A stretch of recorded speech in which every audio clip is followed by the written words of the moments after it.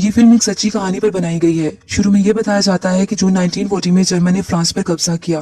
Basically इस film की कहानी एक किरदार एवन रेहॉन से स्टार्ट होती है, जो कि गाड़ी में जा रहा होता है और पीछे आने वाली कैनन के सोल्जर इस आदमी को इन्वेस्टिगेशन के लिए ले जाते हैं। वो लोग समझते हैं कि ये वॉर सेलर है, उसे जाने दिया जाता है। गाड़ी लेकर वो ऐसी जगह जाता है जहाँ बहुत सी एयरप्लेन्स खड़े होते हैं और वहाँ एक रूम में एंटर हो जाता है। वहाँ एक आने वाला ऑफिसर बताता है कि जंग खत्म हो गई है और इंग्लैंड में मरने से बेहतर है तुम फ्रांस में रहो। ये कहकर वो चला जाता है। वहाँ पास खड़े कुछ जर्मन के ऑफिसर पायलट ऑफिसर्स बात कर रहे होते हैं। जैसा कि वो कहते हैं कि प्लान्स हमारे पहले से ही तैयार हैं। पहली बात, हम रॉयल एयरफोर्स को तबाह कर देंगे। फिर पास खड़े एक एयरप्लेन में एवन जाकर बैठ जाता है और उसको ले जाता है। पायलट ऑफिसर्स को रोकने के लिए भागते हैं, लेकिन एवन चला जाता है। नेक्स्ट सीन में पायलट ऑफिसर ऑफिस की जगह दिखाई जाती है जहाँ एयर अटैक्स हो रहे होते हैं।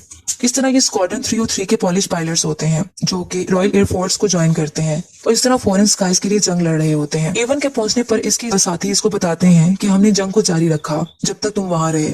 एवन कहता है कि तुम इनको मेरे बगैर खत्म नहीं कर सकते और मुस्कुराने लगता है। नेक्स्ट सीन में पायलट ऑफिसर चीफ मार्शल को बताता है कि हम बॉम्बर्स नहीं हैं बल्कि फाइटर पायलट्स हैं।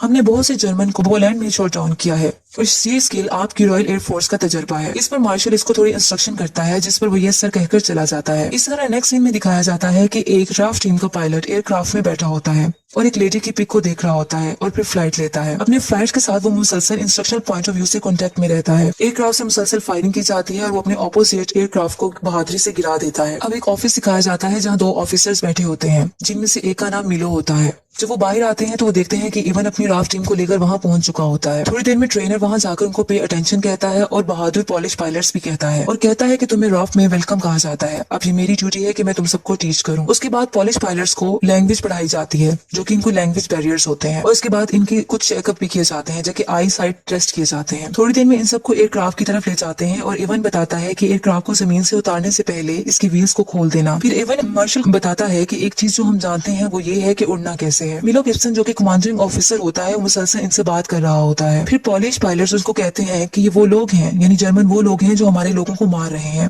और हम कुछ नहीं कर रहे हैं। और वो आवाज लगाता है जैसे कि मेरी बीवी और एक छोटी लड़की। मिलो इनकी बातें सुनकर बहुत गुस्से में आ जाता है और कहता है कि मैं जानता हूँ कि तुम अच्छी तरीके से फ्लाइट ले सकते हो, लेकिन तुम्हारे अंदर दूसरे एट्रीब्यूट्स भी अहम हैं जो कि लाजमी होने चाहिए, जैसे कि यूनिटी और डिसिप्लिन। सिर्फ इन्हीं तरीकों से एक जेंटलमैन हम जीत सकते हैं। ये कहकर मिलो ऑफिस में चला जाता है और अंदर जाने के बाद अपने बड़े ऑफिसर को बताता है कि इनके कुछ इश्यूज आ रहे हैं, जैसे कि एरोगेंस, इररिस्पांसिबिलिटी, डिसिप्लिन इश्यूज आ रहे हैं। इस पर वो ऑफिसर कहता है कि तुम कमांडर हो, जिसको तुम्हें मैंने हर रिस्पॉन्सिबिलिटी दे दी है, इसलिए तुम्हारे तमाम ऑपरेशन मैं तुम पर छोड़ रहा हूँ और मैं तुम पर रिलाई करता हूँ और तुम रिस्पॉन्सिबल होगे। मिलो बाहर आता है और वो आकर इवन से पूछता है कि कोई प्रॉब्लम तो नहीं है। उस पर इवन बताता है कि वही मसले हैं, जैसे स्पीड और वर्किंग इन रिवर्स। वो सब देखते हैं कि एयरक्राफ्ट बुरे तरीके से लैंड होता है और वो भागते हुए एयरक्राफ्ट की तरफ जाते हैं। वो देखते हैं कि एयरक्राफ्ट मिट्टी से भर जाता है, जबकि इसमें से निकलने वाला पायलट कहता है कि ये सब व्हील्स की वजह से हुआ। एक्चुअली यहाँ ये दिखता है कि ये सब एयर वार जर्मन्स के अगेंस्ट प्रैक्टिस कर रहे होते हैं, जो कि इन्होंने वहाँ वार करनी होती है। जबकि दूसरी तरफ जर्मन्स को दिखाया जाता है जो कि पायलट ऑफिसर्स होते हैं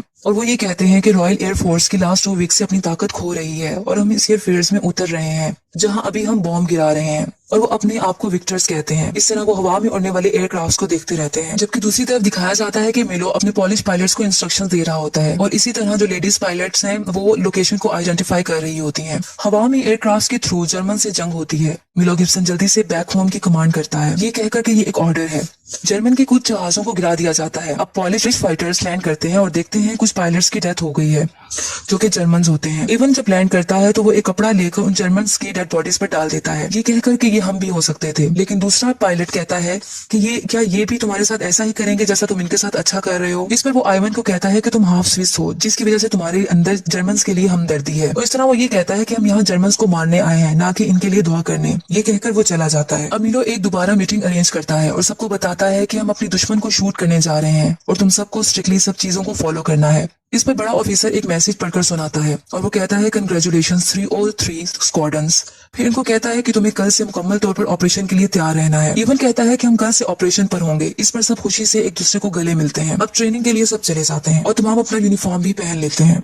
नेक्स्ट डे ऑपरेशन स्टार्ट हो जाता है और लेडी पायलट्स अपनी ऑफिसर अपनी ड्यूटी संभाल रही होती हैं। फाइटर पायलट्स की एयरफील्ड पर दूसरी फोर्स की तरफ से बम्बार्डमेंट स्टार्ट हो जाती है, लेकिन सब कामयाबी से फाइट करते हैं और दोबारा एयर अटैक शुरू हो जाते हैं। फिर दिखाया जाता है रॉयल एयरफोर्स टीम टीम आपस में कॉन्टेक्ट में रहती है। इस लड़ाई में रॉयल एयरफोर्स का पायलट एक उड़ते हुए एयरक्राफ्ट को जो कि जर्मन का होता है उसको मार गिराता है, जबकि दूसरी तरफ मिलो को इवन कहता है कि तुम जानते हो कि मैं बेस्ट हूँ। अभी वो ये बता रहा होता है कि इवन का दोस्त आ जाता है, जिसे लेकर वो रॉयल एयरफोर्स टीम की तरफ ले जाता है और कहता है कि देखो कौन आया है। सब उसे खुशी से गले मिलते हैं और इस तरह इवन बाहर आता है तो इसे एयरक्राफ्ट के मुतालिक एक आदमी के थ्रू बताया जाता है। वो आदमी से बताता है कि एरोप्लेन में गन कैमरास को इंस्टॉल कर दिया गया है और ये आपका ही आइडिया था। ये वाली गन्स 150 यार्ड से रिहार्मोनाइज्ड कर दी गई हैं, तकरीबन 137 मीटर्स पर। लेकिन इसका ये मतलब है कि आपको रियर क्लोज रहना पड़ेगा एक फासले पर और फिर इसको हिट करना होगा। ये इतना ही सही होगा जितना कि एक कैनन होती है बरतानिया के लड़कों के मुताबिक। रॉयल एयरफोर्स टीम की अगली सुबह ग्रुप फोटो ली जाती है कि अचानक से सायरन बजने लग जाता है और अनाउंसमेंट होती है कि टीम अपनी एयरक्राफ्ट की तरफ जल्दी से भागे। ऑपरेशन शुरू होने का वक्त आ गया है और सब फ्लाइट लेते हैं और एयरक्राफ्ट के थ्रू फायरिंग शुरू हो जाती है,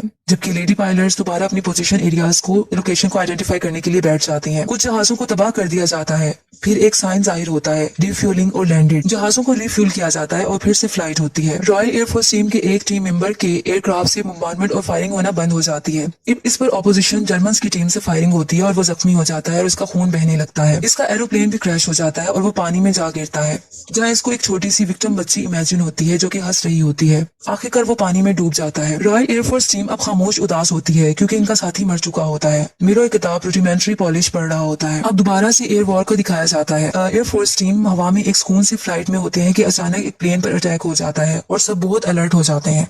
A1 के एयरक्राफ्ट पर आग लग जाती है, लेकिन वो सक्सेसफुली एयर बैलून की हेल्प से नीचे उतर आता है, जबकि दूसरा टीम मेंबर उसके जिस्म पर आग लग जाती है और वो जख्मी हो जाता है। नेक्स्ट सीन में पायलट पॉलिश फाइटर्स की पार्टी दिखाई जाती है, जहां चीफ मार्शल सबसे एड्रेस करता है और कहता है कि मैं इस इवनिंग के होस्टेस से आपको इंट्रोड्यूस करवाना चाहता हूँ। वो एक लेडी को बुलाता है जो कि आकर सबसे बात करती है और वो ये कहती है कि इवनिंग पायलट्स ब्रेव सोल्जर्स के लिए है, जो कि पायलट ऑफिसर्स के लिए है, जिन्होंने इंग्लैंड के स्काइज में हमारे लिए लड़ाई लड़ी। उसके बाद A1 गुस्से में आ जाता है और बोलता है कि तुम हमारे ही शहरों में बॉम्ब गिरा रहे हो और शूट कर रहे हो और हमारा ही शिकार कर रहे हो। हम यहाँ शैंपियन पी रहे हैं और अपने शहरों पर बॉम्ब गिरा रहे हैं। दे आर बुचरिंग अस और हमें शूट किया जा रहा है और फांसी दिए जा रहे हैं। इसके बाद वो ऐसी बातें करता रहता है जबकि मिलो आके इसको चुप करवाता है। अब मिलो कुछ देर में इस रूम में आता है जहाँ जख्मी पायलट्स होते हैं। इनमें से एक का चेहरा भी जला हुआ होता है। वो इसे कहता है कि रिमार्केबल मैन हमेशा ग्रो करता है, तुम्हें इस पर फख्र करना चाहिए। जबकि दूसरी तरफ एक और पॉलिश पायलट को दिखाया जाता है जो कि कैंडल सिलाए बैठा होता है और वो बहुत ही सैड होते हैं क्योंकि उनके साथी मर गए होते हैं। इवन उसको आकर कहता है कि तुम यहाँ क्या कर रहे हो। तो फिर वो मैंने एयरक्राफ्ट में उन्हीं लोगों को देखना शुरू कर दिया था, वो तुम्हारी और मेरी तरह लोग थे। इस पर इवन कहता है कि इन प्लेन्स में लोग नहीं थे, लेकिन सिर्फ जर्मन्स थे, वो जर्मन्स जिन्होंने हमारे साथ बुरा किया था। मेरी बात सुनो, तुम्हें इन चीजों से गुजरना है, तुम अभी भी जिंदा हो, तुम सांस ले रहे हो एक जंग में, ये सबसे अहम चीज है। वो एक्चुअली इवन उसकी हौसला अफजाई को इनकरेज करता है। अब मिलो सब पायलट के साथ मीटिंग करता है और सब फ्लाइट ऑपरेशन पर चले जाते हैं। दूसरी एयर वॉर दोबारा शुरू हो जाती है और बहुत से जहाजों को तबाह कर दिया जाता है। अब एक रॉयल एयरफोर्स टीम के पायलट को कुछ मेमोरी जहन में आती है, जैसा कि एक बूढ़े आदमी को फायरिंग से मार दिया जाता है। अभी वो ये सोच रहा होता है कि इस पर फायरिंग हो जाती है। दूसरी तरफ एवन बहुत परेशान हो जाता है क्योंकि ये सब देख रहा होता है और गुस्से में आकर ऑपोजिशन जर्मन्स के जहाज को गिरा देता है। जर्मन्स के साथ फाइट मुसलसल होती रहती है। अब पॉलिश पायलट्स के 2 बचे हुए एयरक्राफ्ट नजर आते हैं, जिसमें से एक का इंजन रुकने से वो क्रैश हो जाता है। अब सिर्फ एवन होता है, एवन पर फायरिंग शुरू हो जाती है। अब सिर्फ एवन बचता है जो कि ओनली सर्वाइवर होता है। पायलट लेडीज देखती हैं कि ऑपरेशन की क्या सिचुएशन है और इनकी आंखों में आंसू आ जाते हैं। अब एवन अपने एयरक्राफ्ट में जो कि जमीन पर गिरा होता है वो जख्मी हालत में जिंदा निकलता है और पास खड़े एक एयरक्राफ्ट की तरफ जाता है और देखता है कि इसके पार्टनर की डेथ हो गई है। वो शदीद गुस्से और गम में होता है। इस तरह स्क्वाड्रन लीडर बाकी फाइटर पायलट से कहता है ये बहुत एक्सेप्शनल वर्क था और बहुत ज्यादा हम फख्र महसूस करते हैं, लेकिन जो इन्होंने काम किया और जारी रखा ये असीम शुक्रगुजारी के मुस्तहिक हैं। ये कहकर वो ऑफिसर्स चले जाते हैं। नेक्स्ट सीन में 1946 का टाइम दिखाया जाता है जो कि लंदन इंग्लैंड में दिखाया जाता है। इवन उड़ते हुए जहाजों को देख रहा होता है और ये भी दिखाया जाता है कि वो शायद 3 दिन में मुल्क छोड़कर शायद अमेरिका चला जाएगा। आखिर में ये बताया जाता है कि स्क्वाड्रन 303 बर्तानिया में सबसे ज्यादा स्कोर्स करने वाले फाइटर थे और 145 पॉलिश पायलट्स जिन्होंने बर्तानिया की जंग में हिस्सा लिया, इन्होंने 203 त्यारों को गिरा दिया और रॉयल एयरफोर्स को स्ट्रेंथ को कॉन्स्टिट्यूट किया।